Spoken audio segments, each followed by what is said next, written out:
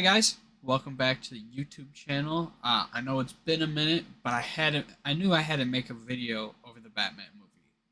So firstly, allow me to say that I enjoy Batman. I find the character to be awesome.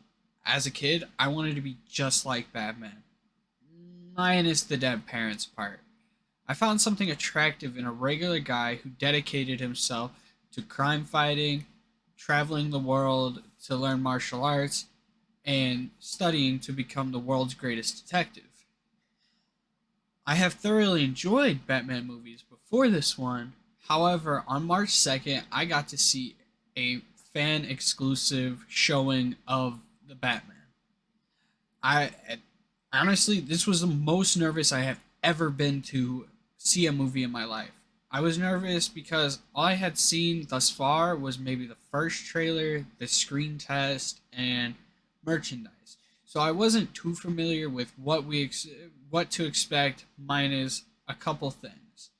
I'll get into what my ideas were on those in a second. On March 6th, I got to see the movie again with somebody who has never seen a Batman movie, not familiar with the character at all, and it just gave me another perspective on the movie as a whole. I want to break this movie down two different ways. I want to go scene by scene and also give a very simplistic overview for people that haven't seen the movie yet. So, without spoiling anything, there are good parts of this movie, but there is a lot of bad things that outweigh them. I counted 68 things that I did not like, 19 things that I did like, and 3 things that I just want to talk about because I like the symbolism, but they kind of messed it up with scenes that followed them. So, for those of you who have not seen the movie yet, we follow a very young Batman, Bruce Wayne, on what feels like his first major case. Robert Pattinson plays Batman with such enthusiasm, and he does a great job as both Batman and Bruce Wayne. I bought it 100%, and there were times where I even forgot who was playing Batman because he did such a good job. Colin Farrell, Jeffrey Wright, and John Turturro, who played Penguin, Gordon, and Falcone, they did fantastic jobs as well. I really enjoyed scenes with them. They made the movie very bearable for me. However, Riddler and Catwoman gave very forgettable performances and didn't add a lot to the story as a whole, in my opinion. I feel that Catwoman could have been substituted out for anybody, and kind of the same with Riddler. They're just kind of shoved in there. It really felt like this movie was written as a different movie, and then it was shelved. Somebody came along, was like, "What if we throw Batman characters in this movie, and then this is how we market it?" So there are good actors with good scenes, but there are a lot of shortcomings in the plot, and the runtime is very noticeable, and dialogue is poorly written at times. So now I pretty much want to go with a play-by-play. So if you haven't seen the movie yet and do not want it spoiled, please come back here when you've watched it. So, without further ado, let's tear apart this movie. So, just as a quick note, I wanted to mention that I did write a script for this video. It is 4 pages long, so I did say that we're going to go through this 3-hour movie piece by piece. So, just just be forewarned. So the movie starts off with a scene where the Riddler is spying on the mayor and his family. The Riddler pans up to the rooftop where there is a skylight. This is kind of where my problems start with this movie. How in the hell did he get on top of the mayor's apartment, and how did he get down to the floor? We see multiple characters get into the same building using ropes and such, but he kind of just appears there. Next, we see the Riddler appear behind the mayor, making no noise, and he waits forever to attack the mayor. There is no reason for this. And as he's hitting the mayor, he throws the Tucker. I've seen this movie twice. There is no struggle. I do not understand why the Tucker goes flying out of his hands. It is very sloppy for someone who is so methodical with every little thing that they do. Next, we have narration that I actually enjoy. But then, something in the way plays with the lyrics syncing up with the dialogue, and it is so distracting. And it's very unfortunate because Something in the Way is such a repetitive song that for it to take away from the dialogue is awful. I understand using the music from Something in the Way, just the instrumental, that would have been okay. But dialogue and lyrics, they just don't. I can't listen to two people talk, especially when the lyrics are nonsensical, kind of. I went into the lyrics, I can see in the end of the movie where it all comes together, but it's very unfortunate to hear lyrics and dialogue syncing when we're kind of setting up perspective for what's going on in our movie. So he says something about being in the not being in the shadows, but being the shadows. And I get why he says it with the end of the movie, but it doesn't make it any less silly. And this is the same critique I have about the quote, "I am vengeance." It just sounds goofy as hell, in my opinion. So after these lines, we see some gang members tracking and beating up a guy, and then the walk up starts. I have no idea why he would walk up and make his presence known if he is the darkness. It would have been far scarier if he picked off individual members and then had a one-on-one with the leader. But they didn't do this. The walk up takes forever. It is not intimidating. In fact, the gang members all still try to square him up instead of running away. So, I guess it's scary that he just emerges from the shadows, but it was just so goofy to me. So, instead of people getting picked off one by one and then a one-on-one with the gang leader, we get a decent fight that shows off a few gadgets, such as a taser, which is not revisited, but I think it comes out of his forearm because he has I don't know, that his suit isn't really you don't know what his suit's all capable of, so he could have been pulling shit out of his ass the whole movie, but I don't know. My biggest problem with this scene is just the editing. I would have loved to see the whole fight from the camera across the tracks because we didn't need close-ups necessarily, and he was hitting these gang members so hard that you could hear the impact regardless. So that's just a personal thing. I wouldn't take points away from the movie. It's just kind of less cuts is always better in my opinion. So a one take for that would have been pretty cool. Additionally, this scene ends with the guy who had been beaten asking Batman not to hurt him, to which Batman does not respond. At least reassure the guy that he's safe. If I saw a guy and we're not familiar, let's say this guy's from out of town and all of a sudden you see a big old dude in a fucking Batman costume walk over to you, and he just beats the crap out of people and then looks at you, you're gonna assume that you're done for. You have no idea what's up, and this kind of is just sets the tone for the Batman that we're dealing with. He's kind of an asshole in my opinion. But after this, we have Batman showing up at the murder scene and inspecting the body. This scene is really hurt by PG-13 rating because lines are referencing all the blood and there is no visible blood. I think the line is, it's oh, is all this blood from his head?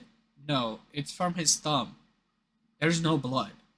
So either Riddler cleaned the dude up, or we're not seeing something, which is very unfortunate. I hope that they release like an unrated cut of the movie, because I could see that being a lot better of a movie, but that's a whole nother issue.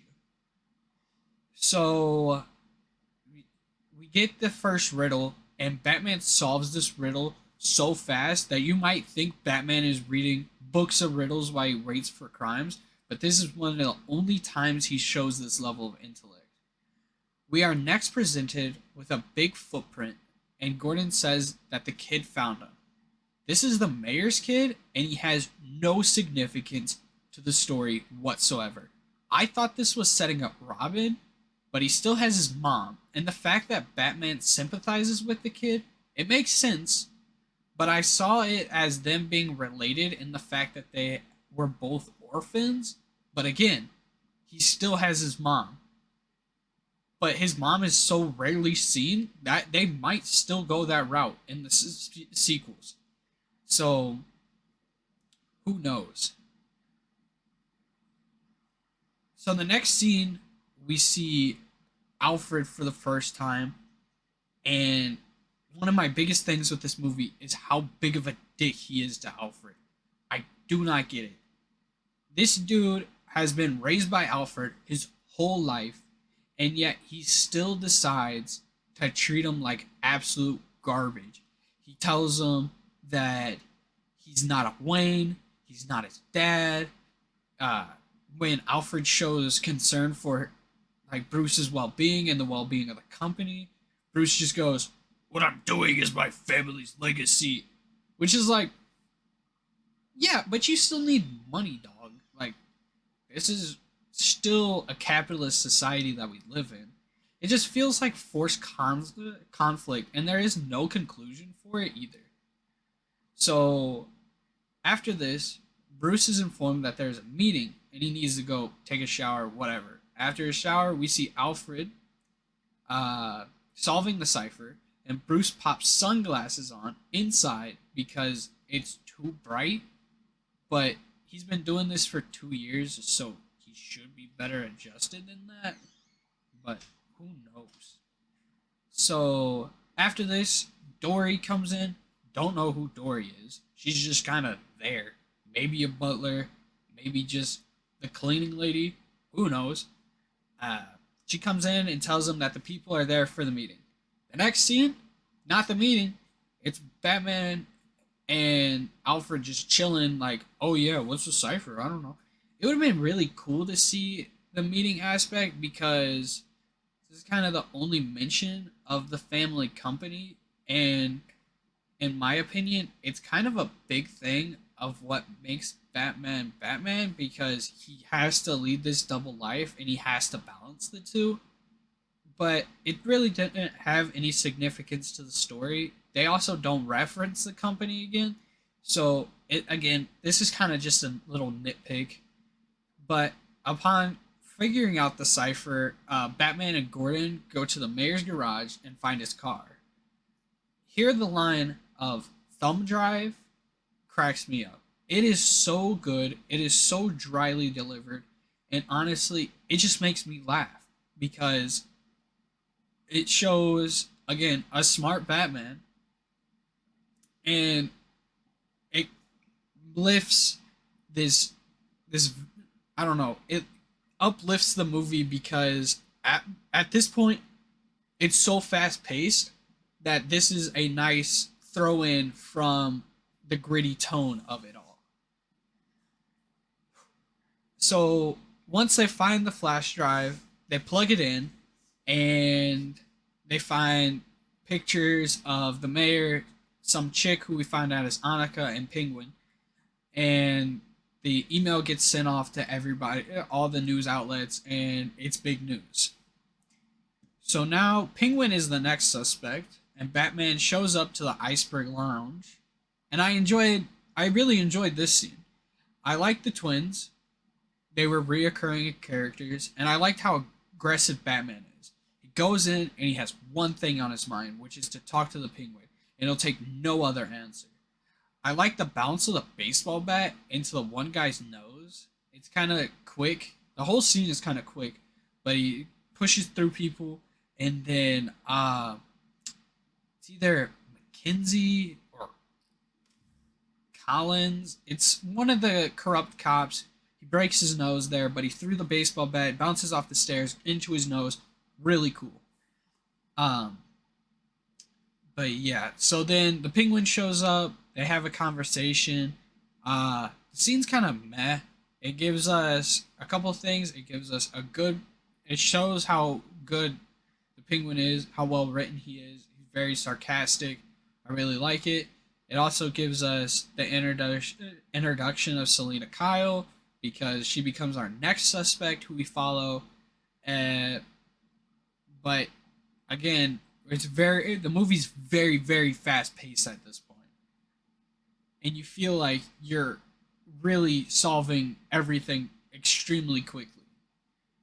So then, uh, we follow Selena out of the club into her apartment. Batman's watching her from across the way with binoculars. We see her get dressed as Catwoman outfit, and then we get the what I call the passport scene. Catwoman sneaks down, shows how loud it would be to get into the apartment, steals the passport. Batman shows up. They have this weird fight because Catwoman looks so CGI that it's distracting. It bothers me whenever she wasn't speaking and like was actively like fighting somebody because I don't know, it just didn't look good in my opinion. So we go back to Selena's apartment, which has been ransacked. Catwoman gets milk out of the fridge at some point in the scene and leaves the fridge open, which was a huge distraction to me. But then we get Riddler's first vlog, as I'll call it, and all I could think about is the beginning of a YouTube video similar to my own. And if Riddler's would have gone, "Hey guys," I would have lost it. I never felt threatened by the Riddler, and he does not do anything. He kills three people, one of the which has no real significance except for presenting the next Riddler. So other stuff happens. Then Alfred has solved this riddle. Batman and Selina go to the club to find out some more information, which does not bring much. But then the funeral is the next day. This scene is meh. The kid is back. Bruce saves him. The pacing is nice, but it does not add much except for the tension of Riddler and Bruce being in the same location at once, and then the car crashes into the building. I keep getting the cops mixed up. There's McKenzie and there's Collins, I believe, but Collins, I think, is the guy that Selena catches in the end. So this is McKenzie, I'm pretty sure. He was driving the car, and upon first glance, I thought he had a reverse bear trap on his head from Saw, but it was just a bomb. A bomb that Batman takes forever to show up to. Like, we're talking this funeral's at noon, Batman's showing up 7, 8 o'clock, and this phone's been ringing the whole time. So, and then when he shows up, he takes forever to walk over to the bomb. Like, this dude has a bomb strapped to his head, and you're taking forever to walk over. It just, the walk up is the worst thing in the world. So, the Riddler has left Batman yet another Hallmark card made specifically for the situation at hand. Basically, Mackenzie doesn't answer the questions. We find out that there's a rat. We're hoping that we'll get information on the rat. We don't get information on the rat. And then the bomb goes off. So, in my opinion, this scene had great tension, and yet it meant nothing since Mackenzie doesn't give up any information. But it triggers a decent scene where Batman is in police custody.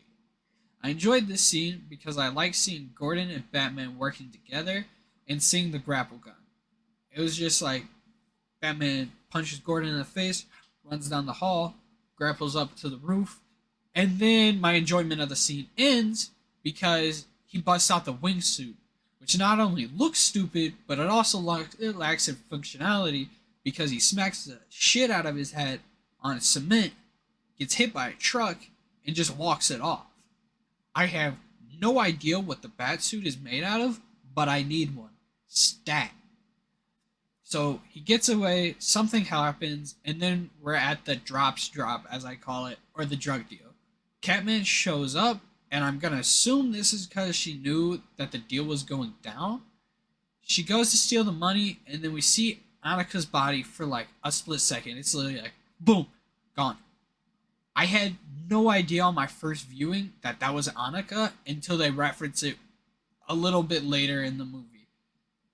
I would have liked to linger on that, and she would have been like, "Oh my god, it's Annika to Batman," but instead, like instantly, we get into a shootout, and Batman falls to the ground. So far in this scene, we've got a couple things. I have no idea why Annika's body is in the trunk because I'm gonna assume this happened like the murder happened days before, at least a couple days. Like, why do you still have her body? Uh, then Batman, we see him get shot, hit the ground, and then teleport into the Batmobile because we don't see him have to go across the active gunfire. And that was kind of another thing is how did the Batman hold on. So shooting happens, then Batman's in the Batmobile. I don't know how the Batmobile pulled up without being heard. I don't know why the Batmobile lurches forward.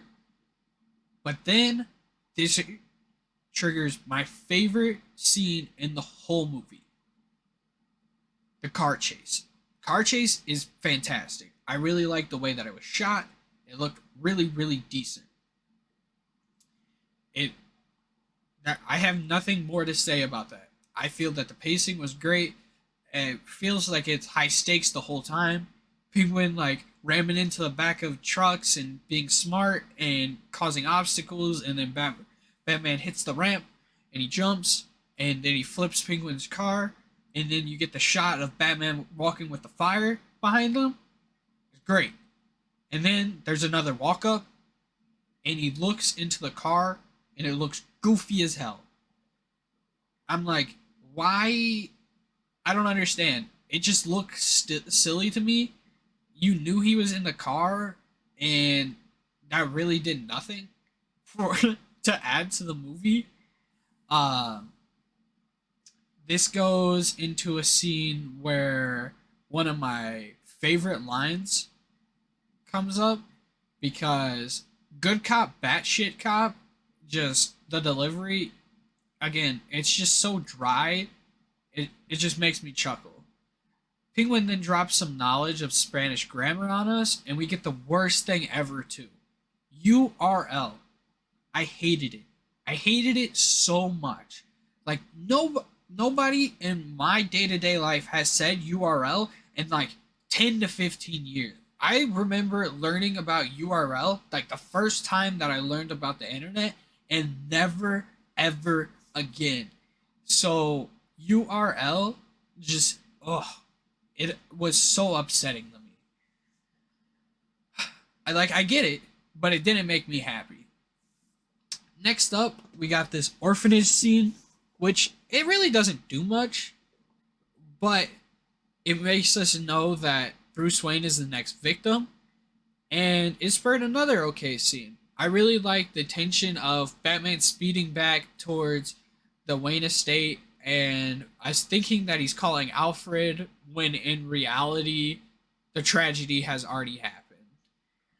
So there is a thing that I noticed. This is the only person Riddler doesn't pull up to, and it's kind of strange. Like, why would you attack? You're able to sleuth around, like slink around, and get into all these important people's houses. Why not just pull up on Bruce Wayne as well?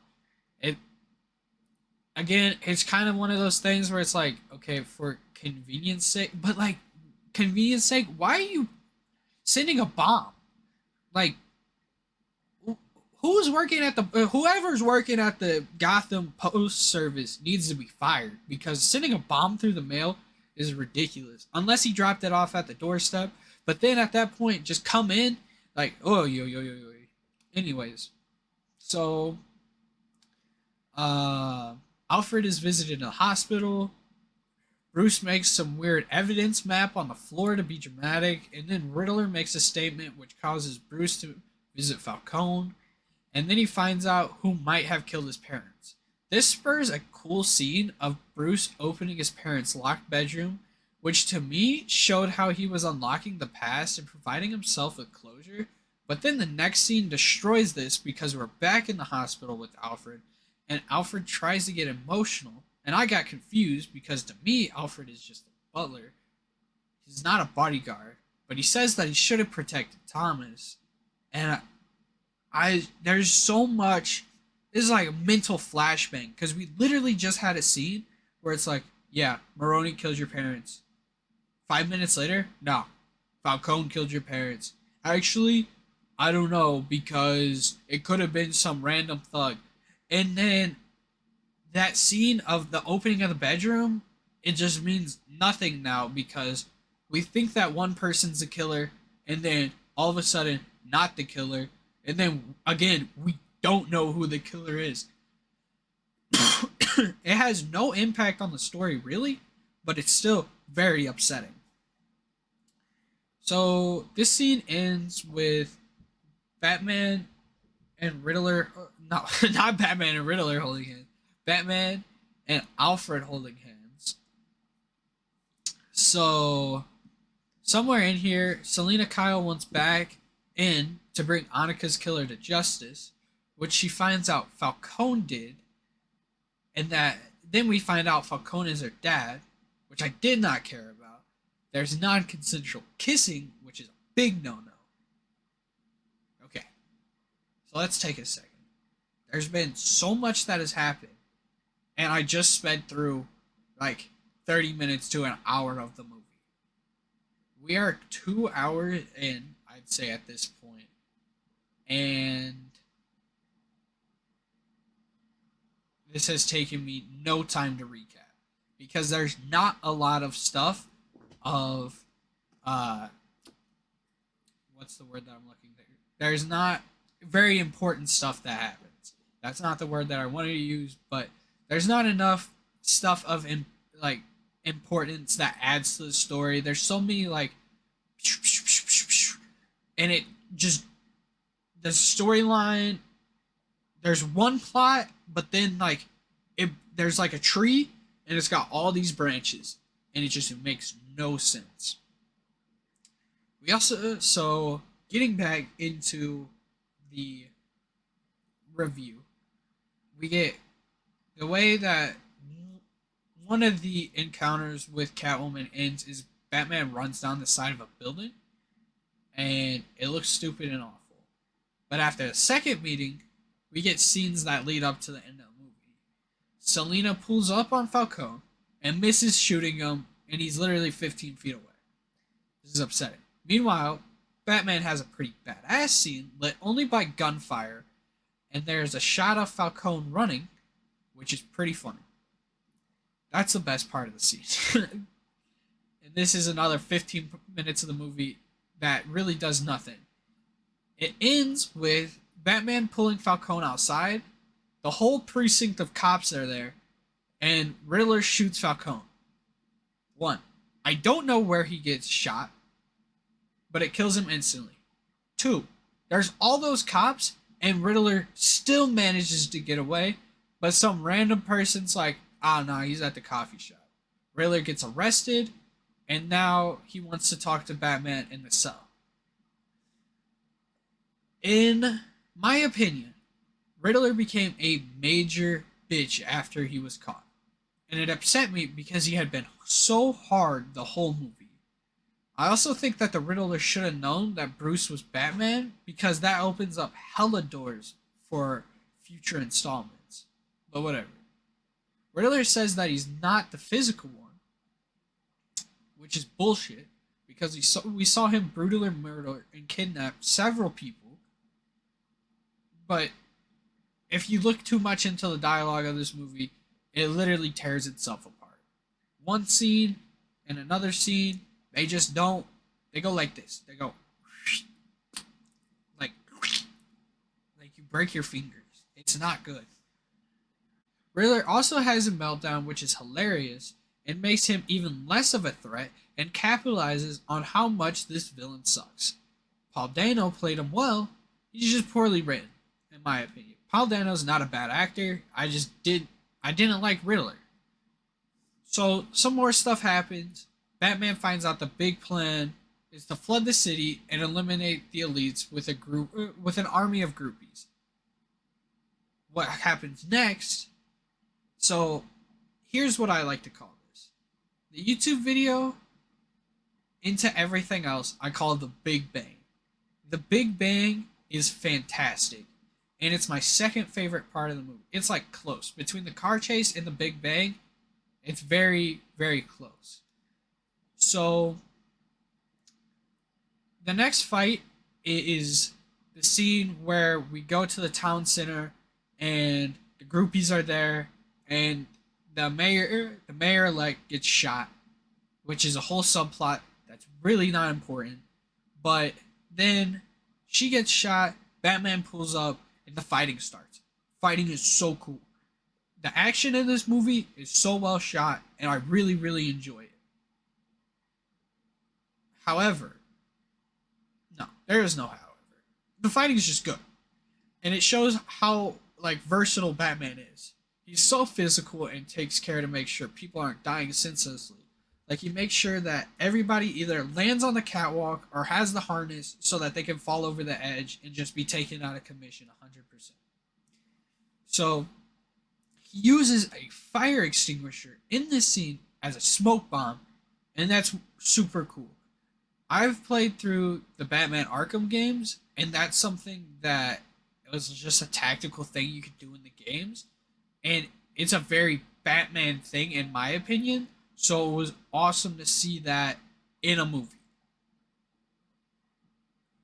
A couple more fighting happens, and Batman gets shot point blank.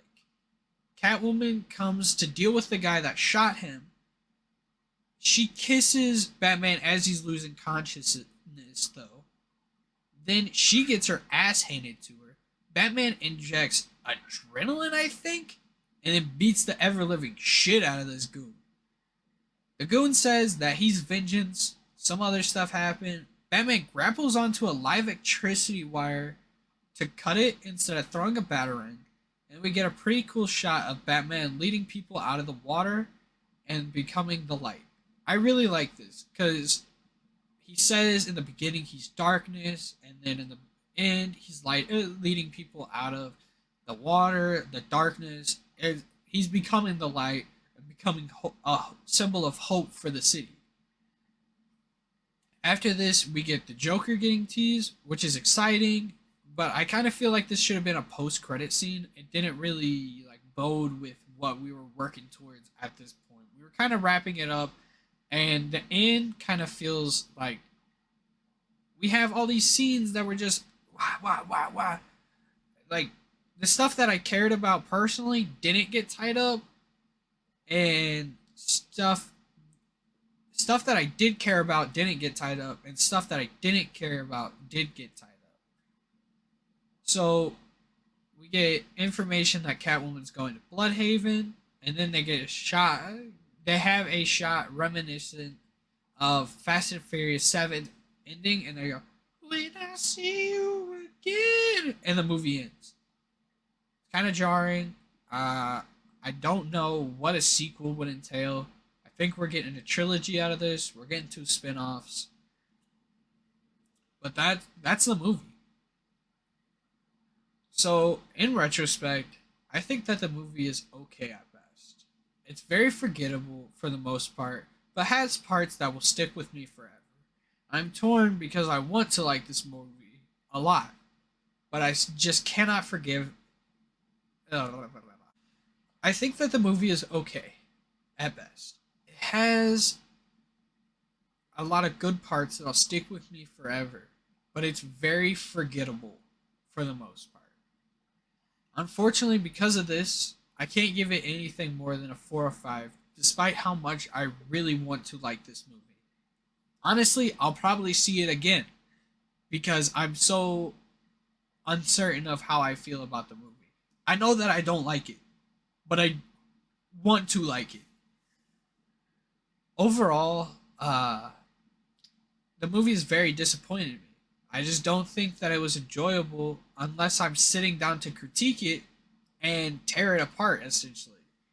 Uh, I can see why other people enjoyed it, but for me, it just wasn't my time. It wasn't. It wasn't my speed.